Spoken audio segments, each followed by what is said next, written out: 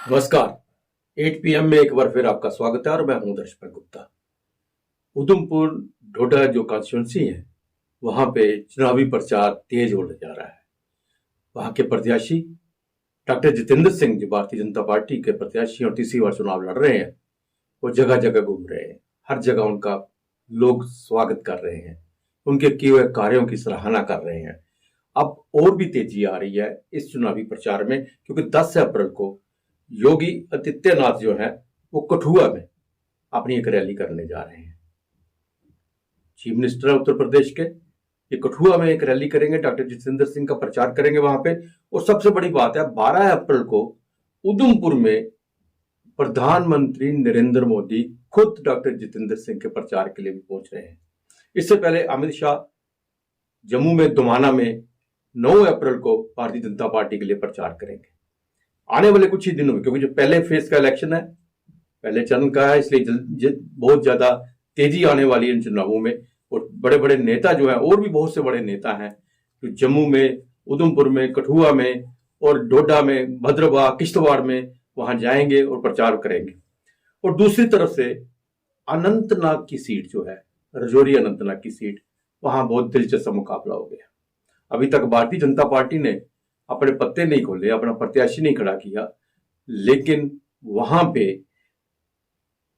National conference ने गठबंधन की तरफ से मियां अल्ताफ को वहां खड़ा कर दिया है, कांग्रेस नेशनल कॉन्फ्रेंस गठबंधन की तरफ से। लेकिन आज अपनी पार्टी ने भी वहां से अपना प्रत्याशी घोषित कर दिया है। उन्होंने वहां से जफर इकबाल मोहम्मद जो MLC रह चुके हैं और एक अच्छे खासे राइटर भी हैं, उनको वहां से मैदान में उतारा है। और मोहम्मद अशरफ मीर उनको श्रीनगर से चुनाव लड़ाने जा रहे हैं। आपको ज्ञात होगा कि मोहम्मद अशरफ मीर जो हैं वो PDP सरकार में मंत्री भी रह चुके हैं और उन्होंने उमर अब्दुल्ला को भी वहां हराया था। अब दिलचस्प बात यह है कि भारतीय जनता पार्टी ने अभी तक अनंतनाग की सीट के लिए अपने पत्ते नहीं खुले हैं, लेकिन इतना कहा है कि वो पांचों की पांचों सीट पे चुनाव लड़ेगी।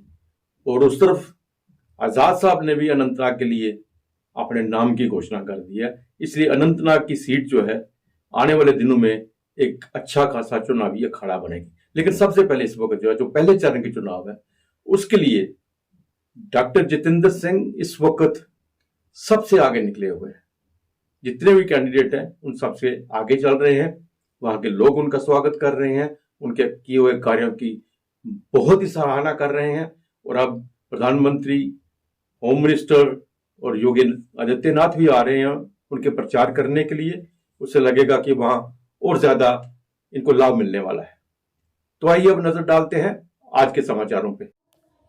विभिन्न सभाओं को संबोधित करते हुए प्रधानमंत्री कार्यालय में राज्य मंत्री एवं उधमपुर डोडा कठुआ से भाजपा उम्मीदवार डॉक्टर जितेंद्र सिंह आज डिस्ट्रिक्ट रामबन के कंथी इलाके में पहुंचे, जहां जनता ने खुले दिल से उनका स्वागत किया।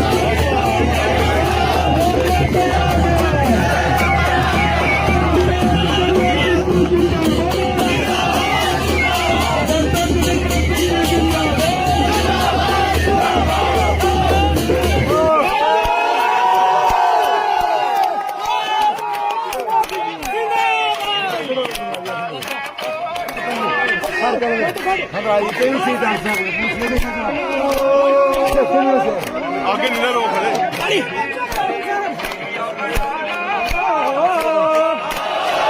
डॉक्टर जितेंद्र सिंह जी, लिहाजा में डॉक्टर साहब आगे बढ़ो, हम आपके साथ हैं कि नारों के साथ डॉक्टर जितेंद्र सिंह का जिला रामबन के गूला क्षेत्र में स्वागत किया गया, जहां जनता ने डॉक्टर जितेंद्र सिंह के समर्थन में नारे लगाए। Thank you.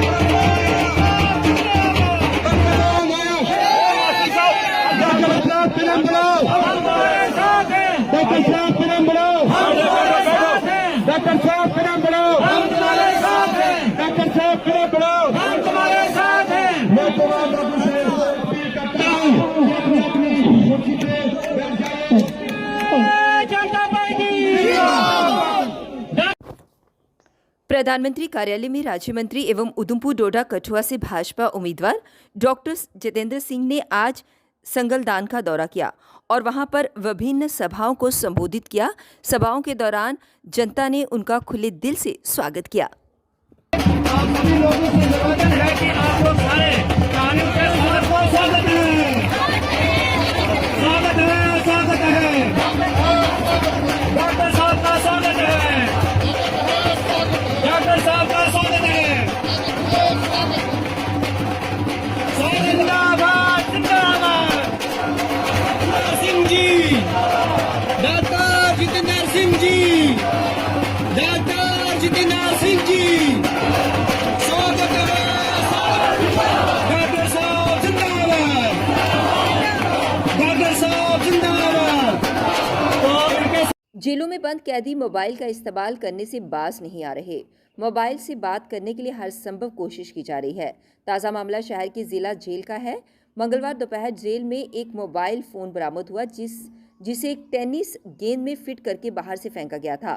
मोबाइल के अंदर एक सिम कार्ड भी मिला है। पता लगाया जा रहा है कि ये सिम कार्ड किस नाम और पते पर है। इस तरह की वारदातें पहले भी सेंट्रल जेल कोट बलवाल में हो चुकी हैं। जिला जेल में इस तरह की वारदात पहली बार हुई है। इस संबंध में पकड़ंगा पुलिस थाने में मामला दर्ज कर जांच शुरू कर दी गई है। जानकारी के अनुसार मंगलवार दोपहर करीब 2 बजे जेल के भीतर एक टेनिस बॉल फेंकी गई, जिसे वहां तैनात एक संतरी ने देख लिया। जब इस गेंद को जांचा गया तो इसमें एक चाइनीज मोबाइल फोन मिला जो करीब 3 इंच का था। इसके भीतर एक सिम कार्ड भी मिला।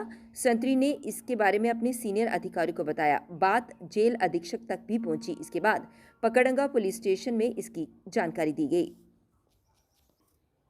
कश्मीर घाटी के जिला गांदरबल के फतेहपुर इलाके में लोग उस समय दहशत में गिर गए जब एक तेंदुआ रिहायशी क्षेत्र में आ गया।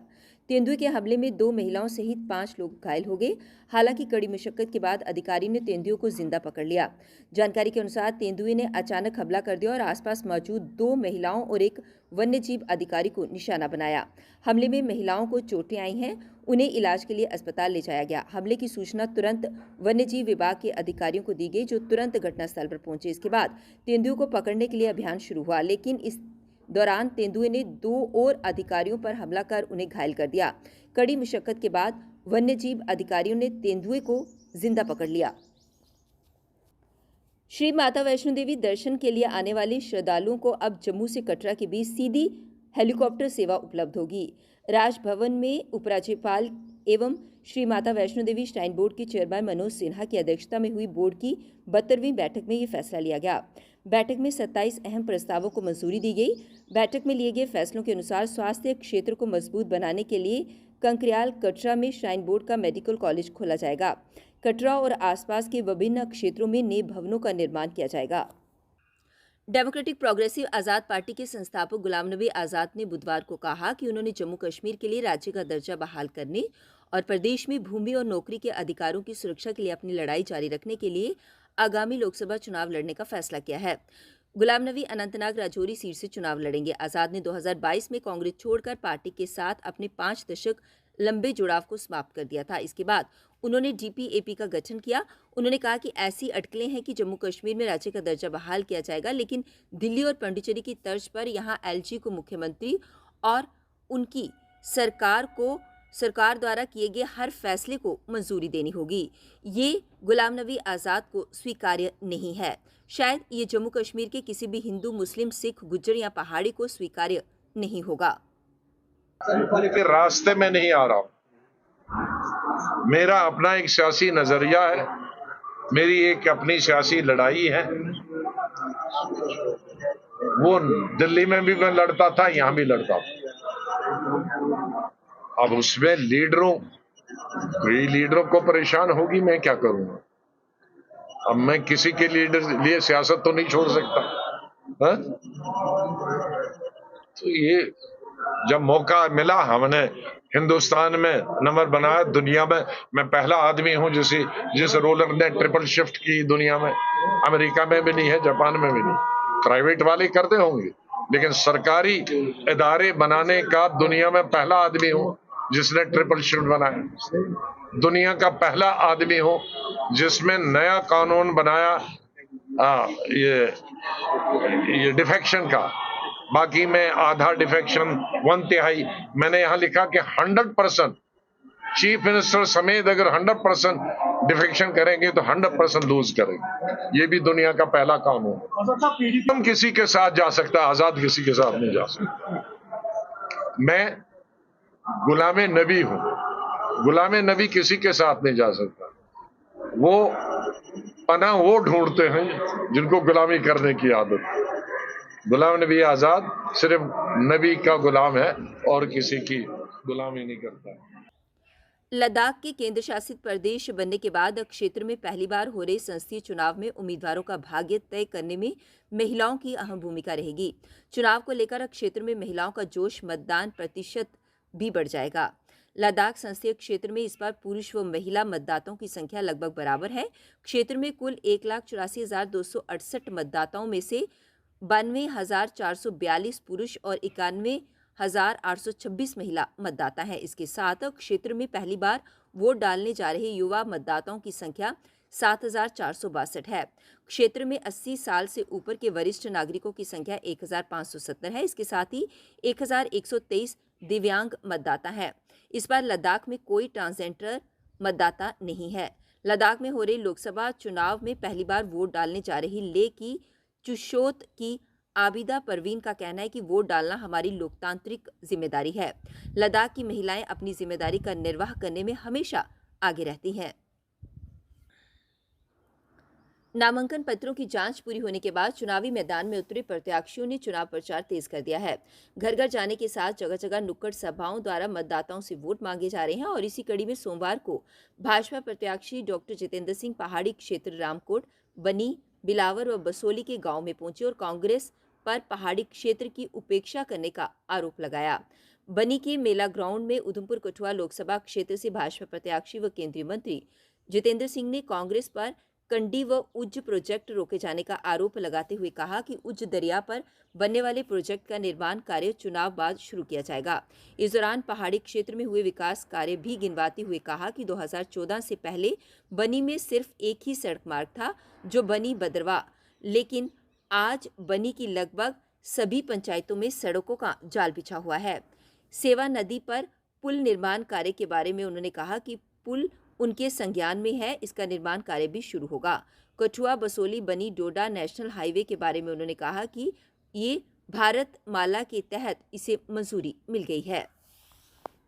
जम्मू में गुरुवार को धूप खिली रही। दिन के समय में गर्मी ने अपना असर दिखाना शुरू कर दिया। बुधवार को दिन भर मौसम साफ रहने के कारण अधिकतम तापमान 32 डिग्री तक पहुंच गया। हालांकि मंगलवार की रात में 17.8 डिग्री सेल्सियस पारा रहने से रात के समय हल्की ठंड महसूस हो रही थी। मौसम विज्ञान केंद्र श्रीनगर के अनुसार वीरवार को यानी कि आज प्रदेश के कुछ हिस्सों में बारिश हुई और श्रीनगर समेत कश्मीर के अधिकांश जिलों में बुधवार शाम को हल्की व तेज बारिश हुई थी। कश्मीर के पर्वतीय क्षेत्रों में बर्फबारी हुई। श्रीनगर में दिन का तापमान 17.1 और न्यूनतम तापमान 8 डिग्री सेल्सियस दर्ज किया गया। पहलगाम में अधिकतम तापमान 13.3, गुलबर्ग में 9 और लेह में न्यूनतम तापमान -5 डिग्री सेल्सियस दर्ज किया गया। जम्मू में मौसम साफ रहने के कारण दिन में गर्मी का एहसास बढ़ा और बनिहाल में दिन का पारा 20.8, बटोत में 22.5, कटरा में 28.3, भद्रवाह में 21.8 डिग्री सेल्सियस दर्ज किया गया। राजौरी के मैदानी इलाकों में बारिश और ओलावृष्टि हुई। बुद्दल, थन्ना मंडी के पर्वतीय क्षेत्रों में बर्फ गिरी।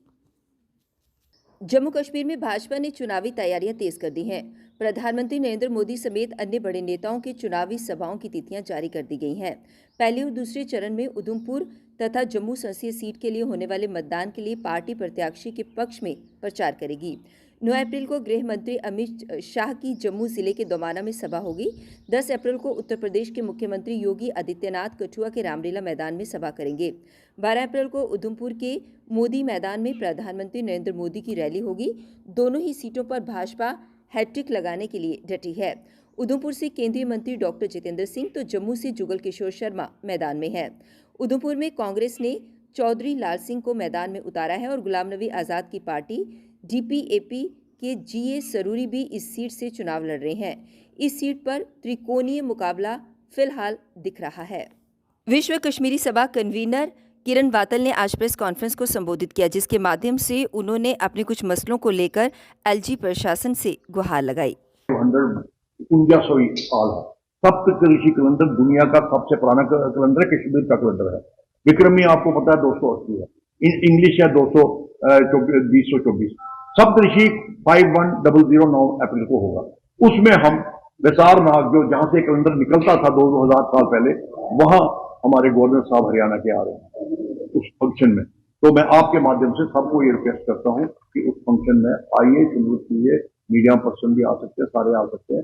तो मैं वो उसका बड़ी प्रोग्राम वहां होगा। तो ये अपने समाज को ये बहुत बड़ी बात है। हम इंडिया को साल में इस में पहुंच रहे हैं 9 अप्रैल को।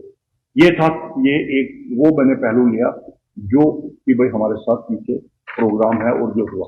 अब जो मेन इंपॉर्टेंट है, 3 इश्यूज है हमारे मेन इंपॉर्टेंट, ज्यादा नहीं है। और जो मुझे पता है ये एलजी साहब भी कर सकते हैं और कोई नहीं कर सकता उसमें, या जो इस वक्त हमारी टीम है एलजी साहब की, चाहे वो स्पोर्ट्स की है, चाहे एडमिनिस्ट्रेशन की है, अंदर चीफ सेक्रेटरी हमारे नेक आदमी है, इसी तरह जो बाकी है, डिवकाम जम्मू है, डिवकाम कश्मीर है, सब अच्छे लोग हैं, एक टीम बहुत अच्छी है। सिर्फ हमारा यहां से प्रेस कॉन्फ्रेंस करने का ये है कि सब एडमिनिस्ट्रेशन के कमिश्नर सेक्रेटरी जितने भी कंसर्न है उनको पता लगे भाई हमारी ये प्रॉब्लम जो है पेंडिंग है, इसको जरा कैसे हम इसको ऊपर तक लाके लॉजिकल कंक्लूजन तक पहुंचा सके। तो इसमें सबसे पहले मैं ये प्रॉब्लम हमारी कि देखो हमारे साथ वहां आपको पता है, यहाँ अनफॉर्चुनेटली कभी कोई यहाँ जम्मू में हादसा होता है, एक बंदे की जख्म लगता है या कुछ होता है, छुरी लगती है, तो उसमें एक एफआईआर लगती है। हमारे साथ जो जिनोसाइड हुआ आज तक उसका कोई एफआईआर नहीं है, आज तक कोई उसकी 33 सालों में कुछ नहीं हुआ। हम चाहते हैं this is right time, centre में भी अच्छा माहौल है, स्टेट इधर भी है, यूपी में भी अच्छा माहौल है। हम चाहते हैं चीफ सेक्रेटरी एलजी साहब कल 8 बजे फिर आपसे भेंट होगी, तब तक इजाजत दीजिए, नमस्कार।